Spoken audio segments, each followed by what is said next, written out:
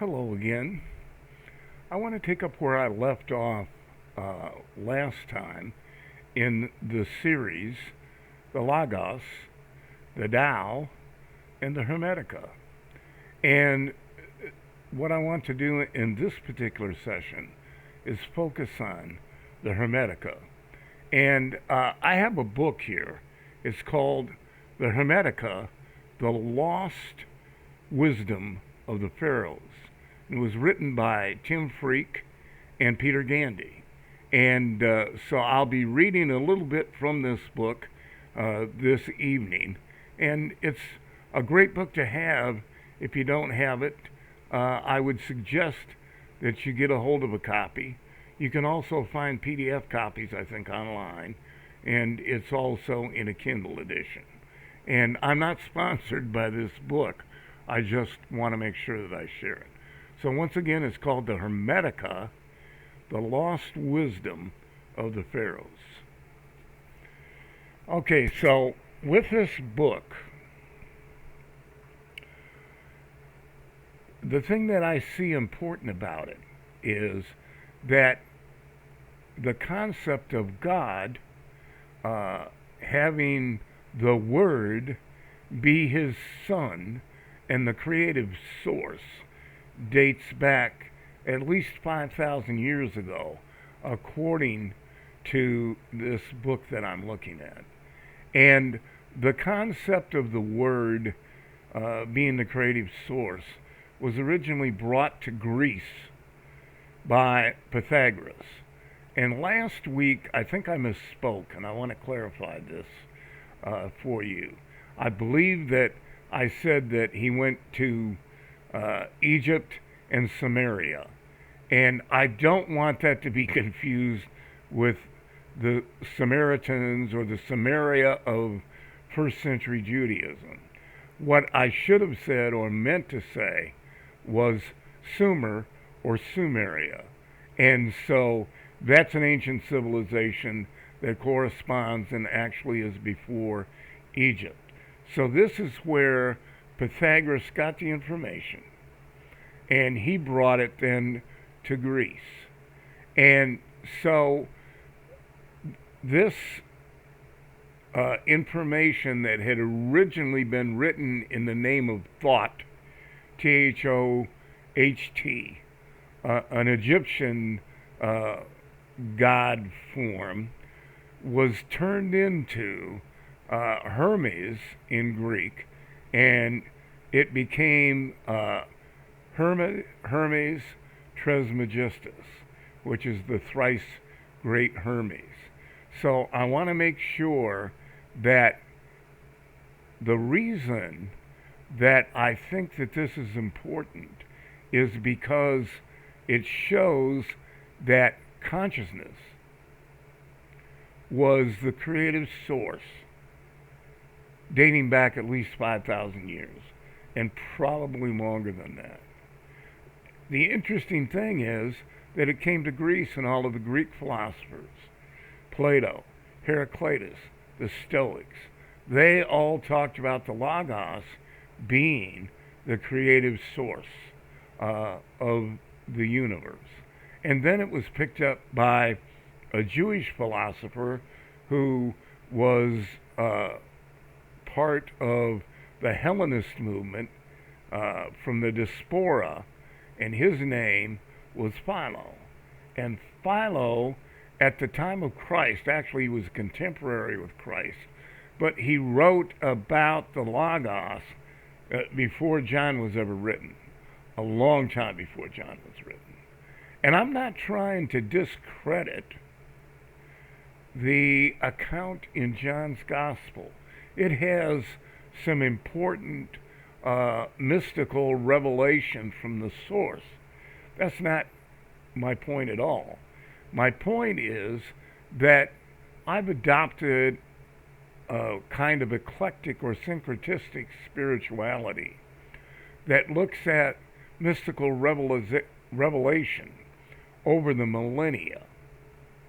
And so I want to make sure that we're able to trace a history that is at least 5,000 years old that travels on through the centuries, ends up in Christian doctrine and dogma through orthodoxy, and now in this century is being proven to be reasonable by the cognitive scientists that are claiming that the universe or the creative source of the universe is consciousness.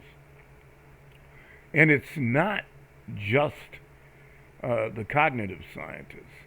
It is some biological scientists, quantum mechanics suggests that in a lot of ways, and the philosophy of mind and science.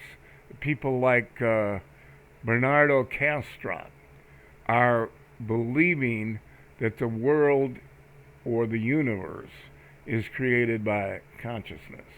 And there's a whole philosophical theory for the nature of reality called panpsychism. And actually, I have mentioned that several times over the last few videos. And again, I want to reiterate one more time that panpsychism is not a religion. Pantheism is a religion. Panentheism is a religion. And they're very similar to panpsychism, but panpsychism merely states that at the very source of the universe is consciousness or mentation. And so that's kind of where I want to go with this.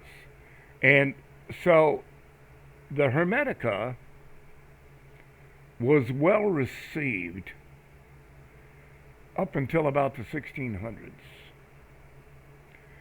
And what happened then is that King James came to power. And he was sick of the metaphysical aspects of the previous monarchy. And there was a philosopher, a French philosopher, by the name of Isaac Casaubon, who was an expert in Greek and in Greek philosophy. And he cut down the Hermetica as being new, as being created after the fact. And so at that point in time, the Hermetica lost its credibility. But the interesting thing about it is that they go on to tell in this book that it was 200 years after Casaubon that the Rosetta Stone was discovered. And the Rosetta Stone, of course, was the stone that had a message in 3 different languages. And one of them was Greek, and one of them was hieroglyphics. And because they had these different languages, the same message written, they were able to then read, for the first time ever, hieroglyphics. And then it was found that this hermetic material was on the walls of a pyramid in Saqqara, Egypt, that dates back at least 5,000 years. And so my whole point in this is that the concept of the Logos, the concept of the Logos being the Son of God and the Creator, is at least that old. And so what I want to do is I want to read a passage from this book. And Hermes, this is called the initiation of Hermes. And Hermes is in a trance, and he has a guide that is speaking to him. So this is a mystical experience for Hermes. And it reads, my guide asked, Do you understand the secrets of this vision? I am that light, the mind of God, which exists before the chaotic dark waters of potentiality. Interesting, huh? My calming word is the Son of God. The idea of beautiful order. The harmony of all things with all things. Primal mind, there's consciousness, is parent of the Word. Just as in your own experience, your human mind gives birth to speech. They cannot be divided one from the other, for life is in the union of the mind and the Word. Now fix your attention upon the light and become one with it. And so he did that, and what happens then is that he looks down and he sees darkness. And then he sees the Word move upon these dark waters. And he sees potentiality come into reality. And so what I'm saying is that in this book, there is a plausible story of creation where consciousness and the Word create the reality. Now, of course, it's a metaphor. I'm not trying to suggest at all that this is not a metaphor for consciousness being the creative source. But what I am saying is that if consciousness is the creative source, and I believe that it's being proven more and more each day that it is, then mystical revelation needs to have an overall picture that goes back as far as we have any way of reading about it, and then brought all the way forward. And so now it goes from Egypt to Greece to Philo and ultimately to the Apostle John. And then throughout the history of Christian orthodoxy, it was a view. And the early church fathers were more favorable to the Greek logos, to Plato, Heraclitus, the Stoics, than modern Christianity is. And evangelical orthodoxy, for the most part, wants to throw this stuff completely out the window. Why? Because what I'm talking about leads one to be able to logically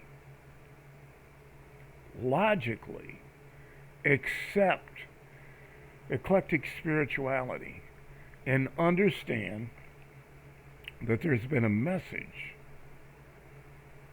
that has gone on for years and years and years, millennia after millennia,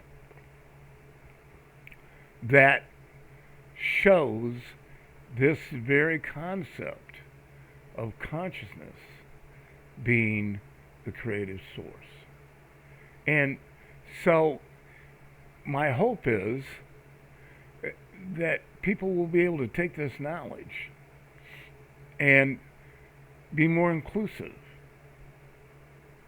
in spirituality and be more accepting of others and not have this exclusive idea that if you don't say a magic prayer and you don't believe the exact right things, then you're going to go to eternal torturous punishment, or you're going to be annihilated. And Only those that understand the correct message and have said the right prayer and believe the right things will have eternal happiness or bliss. And that's just nonsense in my view. It is toxic. Nobody wants to even anticipate the fact that someone they love, their mother, their father, their uncle, their sister, their brother, their cousin, died and either are completely obliterated or eternally tortured because they didn't believe the right message and they didn't say the right prayer. So I'm going to leave it here because we're at 15 minutes again, a little beyond. And we'll take up again where I left off. I want to make sure that we continue this series. We've got a lot of ground to cover because we're going to talk about the Logos, we're going to talk about the Tao, and we're going to talk more about the Hermetica. And we're also going to look at some of the work of a author that was in the late 1800s, early 1900s, named William Walker Atkinson. So, whether you're watching this in the morning, at noon, in the afternoon, the evening, or in the middle of the night, I would love to have you like and subscribe and share. And I want you to also understand that you are loved by the universe, the creative source of the universe, and you are on a spiral heading upward. Keep that in mind. See you later.